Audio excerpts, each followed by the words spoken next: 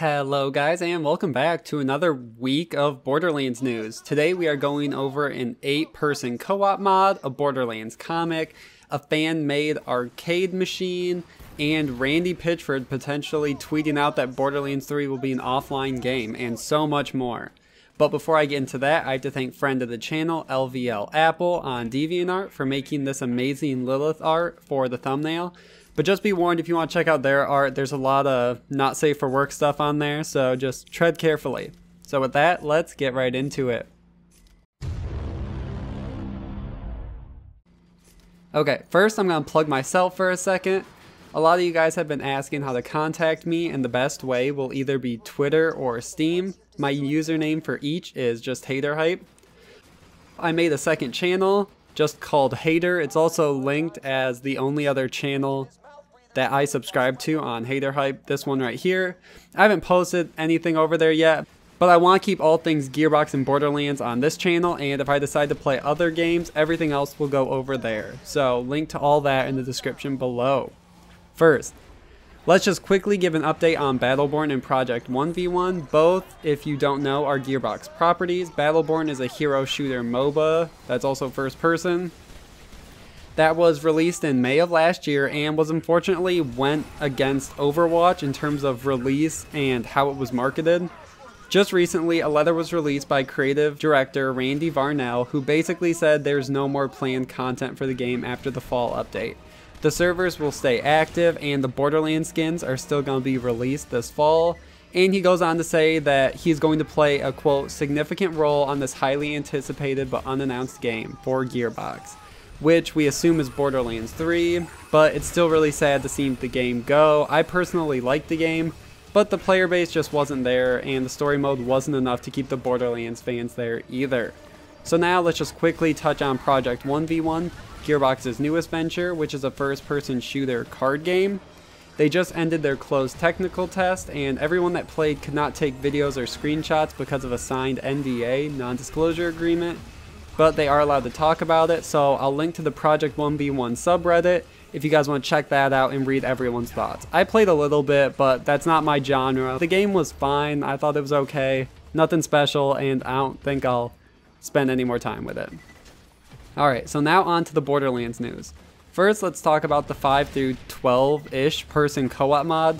Theoretically, this might even support up to 16 people, and now it has been confirmed by Shadow Evil in the video he posted today that he had at least 35 players in the same lobby all playing together, and he posted a highlight video of all the raid bosses he went through, so you guys should go check out that. And he even said that he's going to try to get it up to 50 or 60 players, so there's huge potential for this mod, including maybe some PvP in the future, fan-made stuff, but we'll keep going. This was discovered / created by the Reddit user REBETHX, who posted a guide on how to get 5+ players into the same online Borderlands game. He is still working on how to improve the method and make it more reliable and simple, but it is available to do now. Just one downside is whoever's hosting, or just everyone involved, will have to give some IP addresses. I'm not too sure on how it all works, but I know a lot of people were worried that they'd have to give away their IP addresses to strangers if they wanted to get into these big games. And just giving away your IP address in general is usually not the greatest thing. He says that he's looking for any feedback on issues, or if you have any insight for the mod itself. I'll link to the original Reddit post and his Steam guide if you want to do it for yourself in the description. Now let's talk about a fan of the Borderlands series who made his own Borderlands 2 style arcade cabinet. He goes through step by step on how he made the machine. It took him around 10 months, but turned out amazing. Unfortunately, he hasn't shown it playing Borderlands, but technically it's just a PC on the inside, so anything's possible. I just can't even imagine the 2D fan-made Borderlands on this. Unfortunately, those were only art made by another person in the community, but actually seeing this played would be awesome. So link to all the steps on how we built it in the description below. This is not new information, but it's new to me, so I'm going to talk about it. There's this amazing fan-made comic set in the Borderlands universe called Borderlands Detective Claptrap Memories. I don't want to get too much into the story, but it does feature some characters from the series, and it's in no way affiliated with Gearbox. It was just fan-made. It was written by Snoodred on DeviantArt, and the art is by Ray Vell. I have a video reading the entire thing, but I will also link to the English and Russian version if you want to read it and check it out for yourself, and then support the artist. Some potential news that will probably make a lot of Borderlands fans happy is Randy Pitchford's tweet responding to a fan who has a now deleted tweet where they talked about a Destiny type game. So Randy Pitchford said Destiny type game, LOL. A fan then responded saying, well, I mean a Borderlands game that is online with massive raids and loot. Lots of loot. Randy Pitchford says, quote, I like the idea of raids and loot. We kind of pioneered that in FPS. I also like online, but we want to be there for offline gamers too. So players that don't want Borderlands 3 to be like Destiny and MMO should rejoice at this tweet. It sounds like Randy Pitchford doesn't want to keep Borderlands as an online experience totally like a lot of the newer games and how MMOs are, which is what a lot of people were worried about for Borderlands 3. So it'll be an offline experience. Now we just need him to confirm split screen for the game and we'll be golden. So now let's talk about what's taken the community over by storm. It's from the @EchoCast Twitter account, which is an official Gearbox account. It's just not verified like the Borderlands account or anything. It's being active again after 2 years of hiatus. So just as a quick recap, this account only comes online when Gearbox wants to promote usually a new piece of DLC or community event.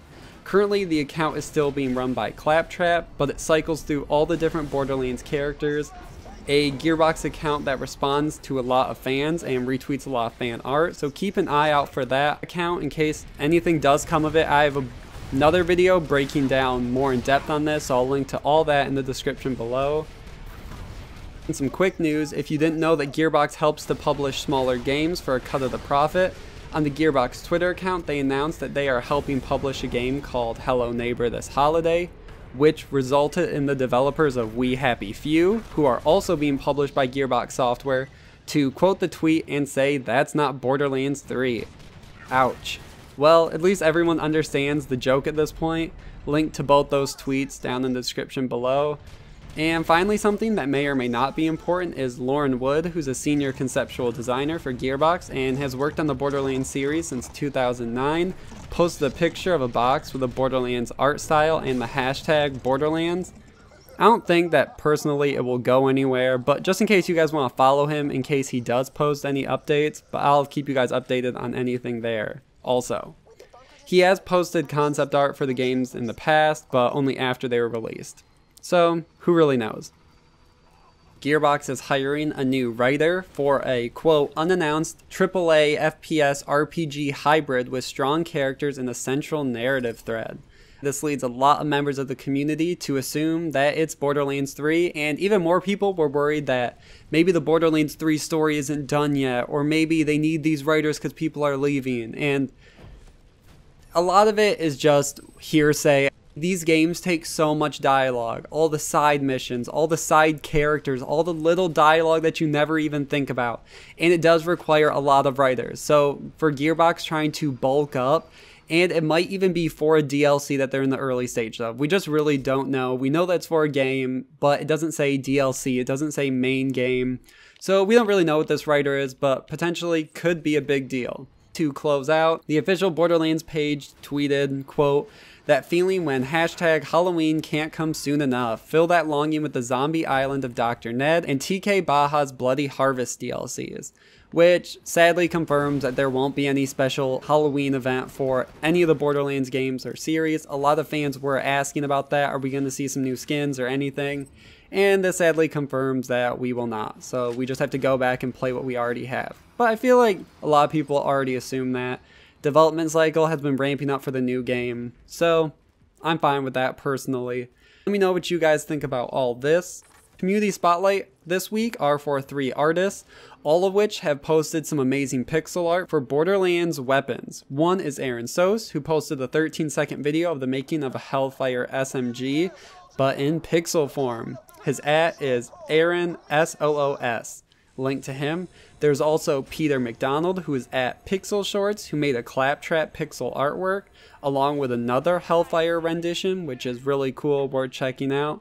And lastly, there is Salmon Pix, who did a pixel art of the Borderlands 1 logo screen with the bandit in front, and it's really cool. Check out all these artists, like their tweets, and give them a lot of support so they make more, because I'm a huge fan of Borderlands, especially in the pixel artwork. So let me know what you guys think about all the happenings of these past few weeks. Like, comment, subscribe. Thank you guys so much for watching, and see you guys in the next one. Staring at their own lungs as I rip them from their chests. Iridium alone could never charge the vault key. It needs a catalyst.